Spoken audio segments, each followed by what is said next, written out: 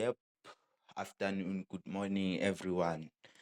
This is Julian Alan Haaland scoring a hat trick. Scored 4 goals actually against, I don't remember the opponent, but they won 5-0. Buffett, this is a beast. I don't know why people don't even consider Haaland to Ballon d'Or, or is it because he's playing for Man City? I don't understand. Because if this guy was playing for Real Madrid, he would have easily won Ballon d'Or, or for Barcelona. This guy would have won Ballon d'Or with it.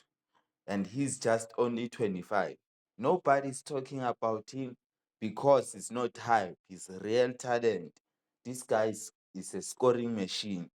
Same as Cristiano, Lewandowski, Benzema. But this guy is just love to score for a living. He's scoring for a living. This guy, Healing Aland. Top player. Top. I just wish Man City can hold this guy. I don't like. I wouldn't like for him to play for Barcelona or Madrid. Aye, career yakhe right lapha eMan City. He won the Champions League for Man City. People who said, yeah, Man City will never win the Champions League. It's just like the PSG.